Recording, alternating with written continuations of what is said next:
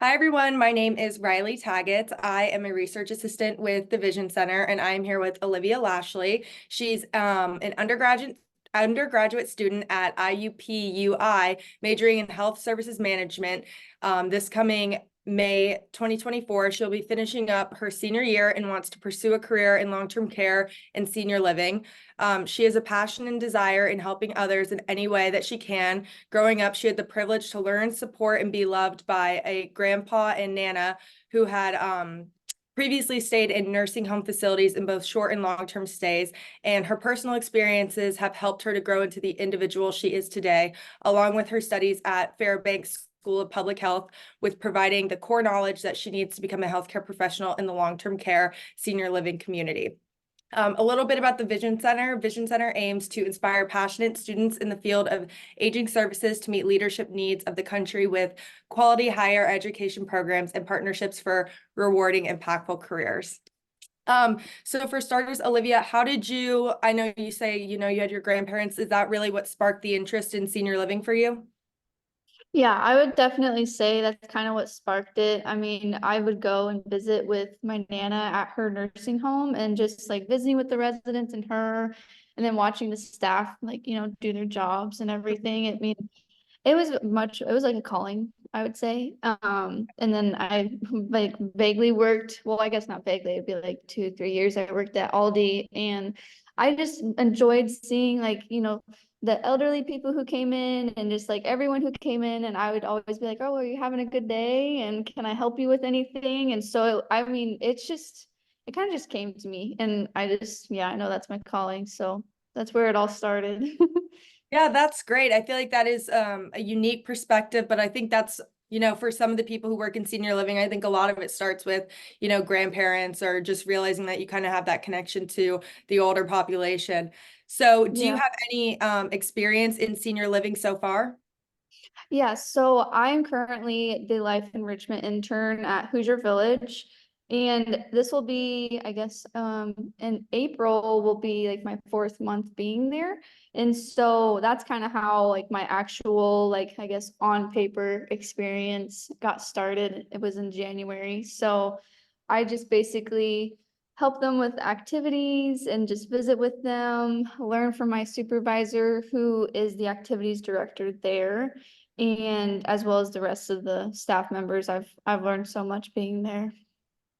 Yeah, so do you think that the enrichment is what you would want to do one day, be like the activities director or anything, or are you thinking more like nursing home administrator? I think I would say starting out, I would like to kind of be like an activities like director. But my dream is to be a nursing home administrator. That is the all-time goal for myself.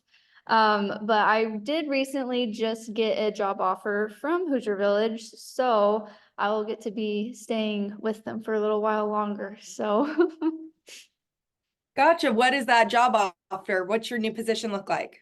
I will be the administrative nursing coordinator. And so I wouldn't necessarily work directly with the residents. I would, get to see them like time to time throughout like my shift, but I would be in charge of the nursing schedule and kind of work with the director of nursing as well as the health like administrator there. So I mean it's a great stepping stone, I'd say, to get to that nursing home like administrator where I want to be. So Yeah, absolutely. That's really unique because a lot of the times people will do their internships or anything and go into licensure or everything. So it's really unique that you're taking that stepping stone into it. That's a career path that I think is not as common, but definitely that gives you a lot more experience and you're going throughout all the departments.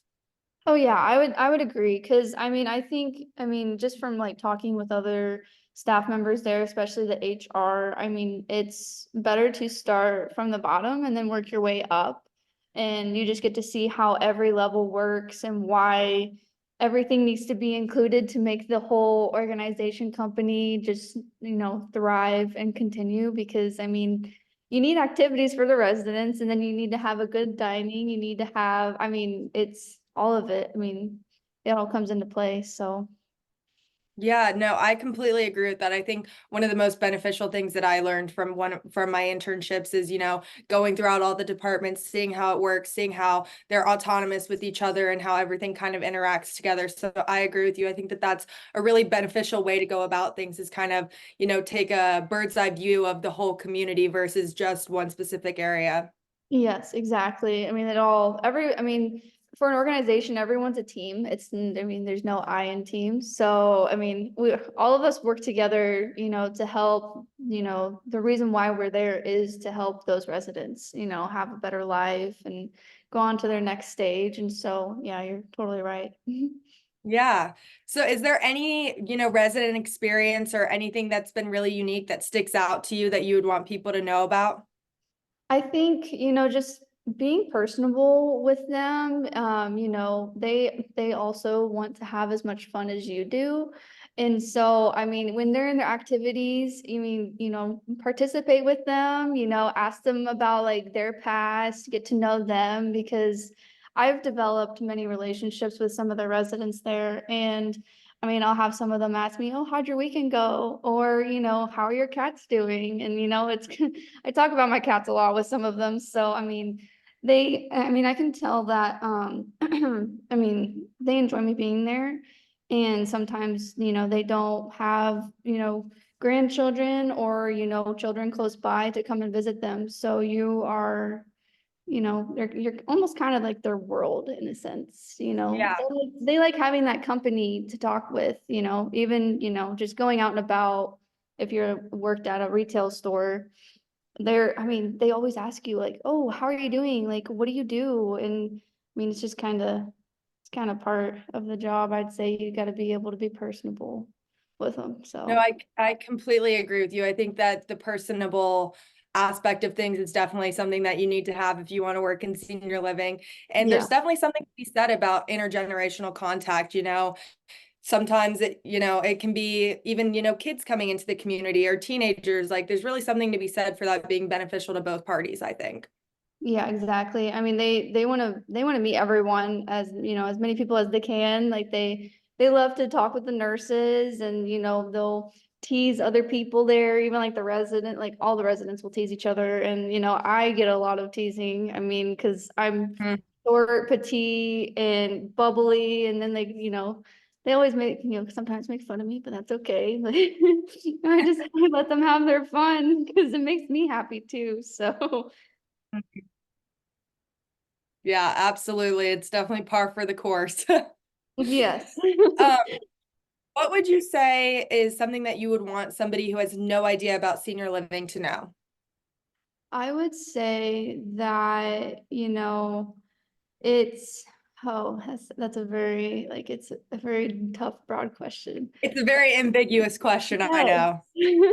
So I guess we'd go kind of back to like the activities. Even Mhm. though that, some of them are in their 70s, 80s, 90s, they want to have as much fun as us like 20-year-olds, they want to, try and get up and dance and sing and, play crafts and, have their nails done, especially have their nails done. But I mean, you just, be able to have fun with them and, talk with them like you're talking with your friend. Cause I mean, they like having fun. They absolutely love having fun with each other and with everyone else. And it's definitely a rewarding career to have. I mean, every day you feel good about yourself, and then you also feel good about helping them because you know that they are genuinely happy, like with their life, I guess. So Yeah, no, absolutely. I think that honestly is a really good point to bring up because, there is that stigma out there that senior livings are, just where people are put or that they're yeah. dreary or that kind of thing.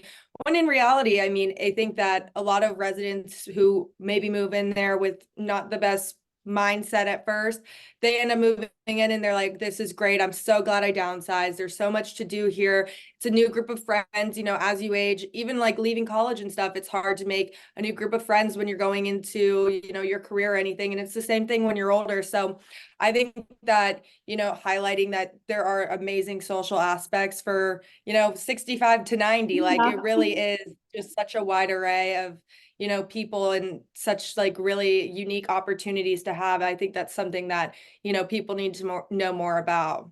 Yeah, because I mean, I would definitely say like even with like college students, we look at colleges, they're like, okay, so is there, is there Greek life? Are there, oh my gosh, extracurricular activities?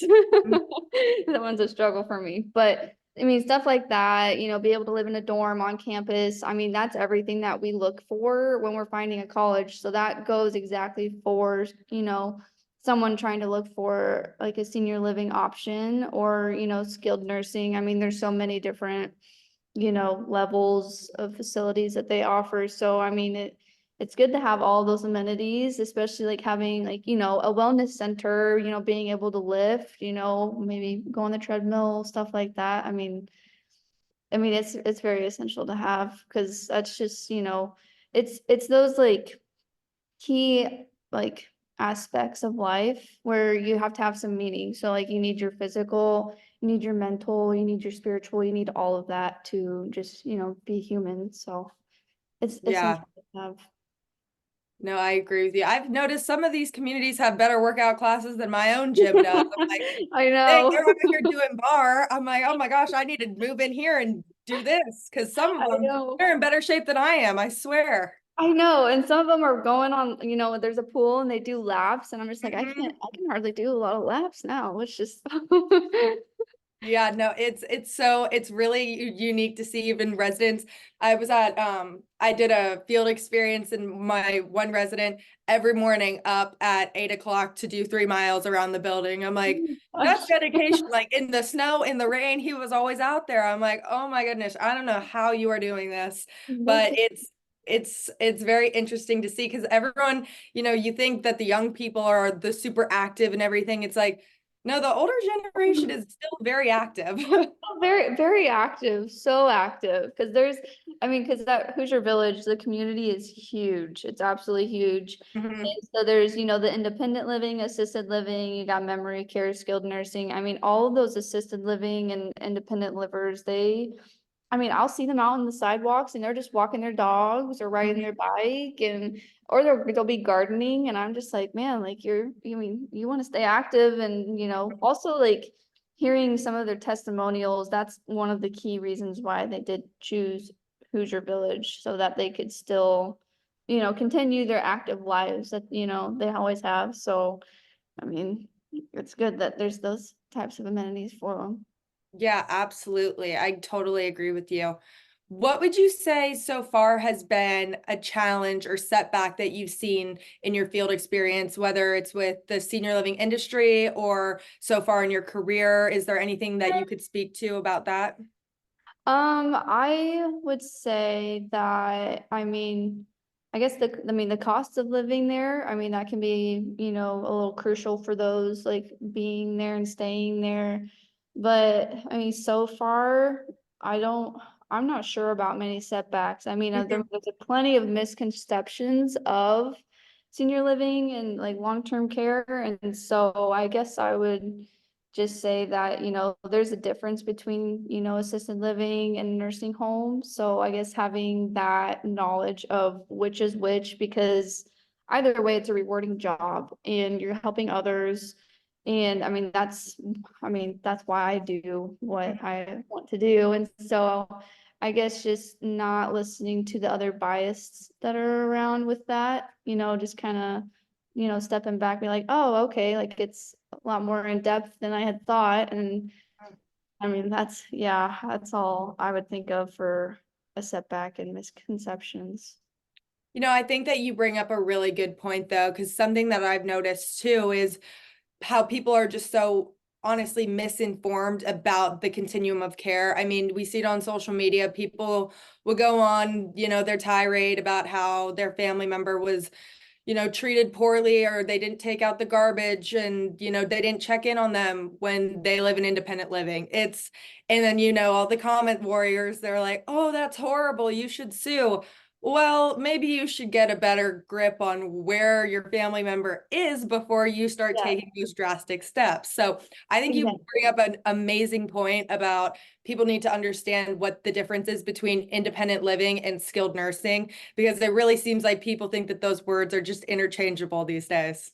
Oh yeah, I mean they are. And even like when I first started as a health service management major, I mean my nana was always my nana and grandpa, they were always in just nursing homes, never assisted living. And so when I had took my long-term care class, I mean we went into like every single level, like independent, assisted living, memory care, skilled nursing. They're all every single one of them are different, but then they're sort of slightly related because it just, provides, a place for someone to live, and there's different levels of care for each one. And so, I mean, I think it's important for those to learn the difference, especially at a younger age, because Yeah.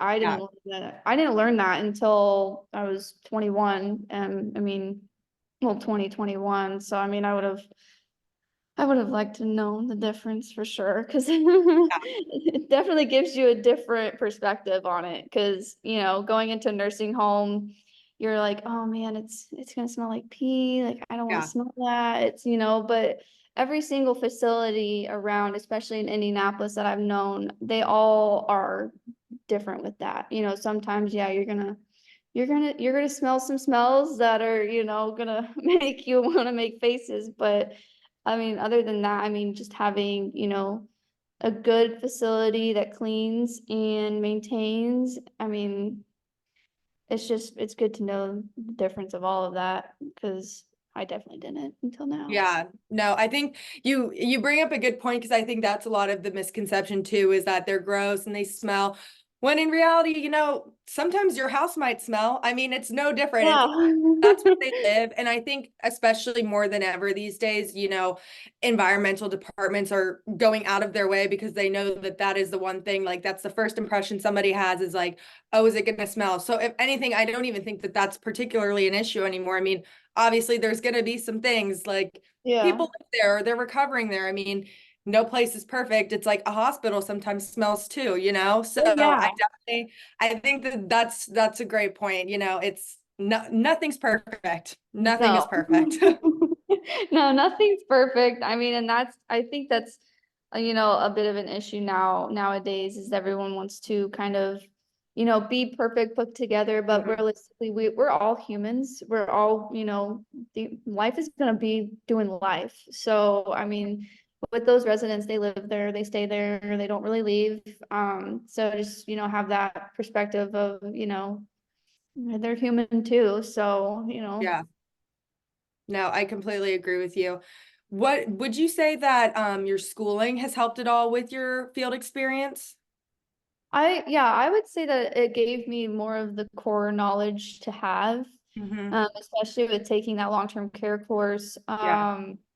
I mean, I learned so much, like for instance, like, if the different colors of paint on the walls, they might, and yeah, especially for like memory care residents, if I think it was the color of salmon or pink, if you have that on the wall, it gives them more like, kind of happy feelings, moods. And then having more pictures on the walls, especially like for in the kitchen, like for instance, like a fork and a spoon, Hmm. picture or whatever, it gives them intrigue to want to eat. And then it reminds them, oh, I should eat. And it also like it will let you know which like part of the building that you're in, because I can be honest, I do get very lost at Hoosier Village sometimes. Hmm. All the hallways look familiar to me, and they're Yeah. all the same.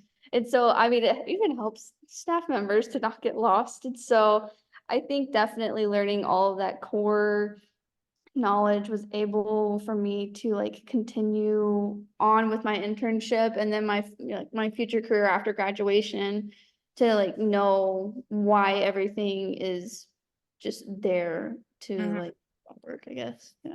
Yeah, no, I think you bring up a good point, honestly, with getting lost. That just reminded me over the summer I was down in Florida at a field experience. There's like it's a humongous site, like 1,200 residents. The Oh, amount of yeah. times I'd have to ask the residents, like, where's the elevator? It got to the point I'd be walking through the hallways and they'd be like, do you need a tour guide? I'm like, yes, I Yeah. actually do. Like, I seriously am so lost around here. Like it actually is, it's a good point. Like sometimes even staff need a reminder of where things are or stuff like that. Cause I mean, I can't keep it straight. No, it's hard. I mean, I get lost all the time. And for Mm, months, even just like outside of the facility, I had to put the location of the health center in my phone so that I could mhm. actually find where I was going because Yep. I mean, it's hard to recognize your locations, like your surroundings. So, I mean, I was very surprised when I learned about like the colors of the walls in my long-term care class. I was just like, oh, like I had no idea that those will boost moods or make you hungry or, let you know where you're at. No, no thought at all.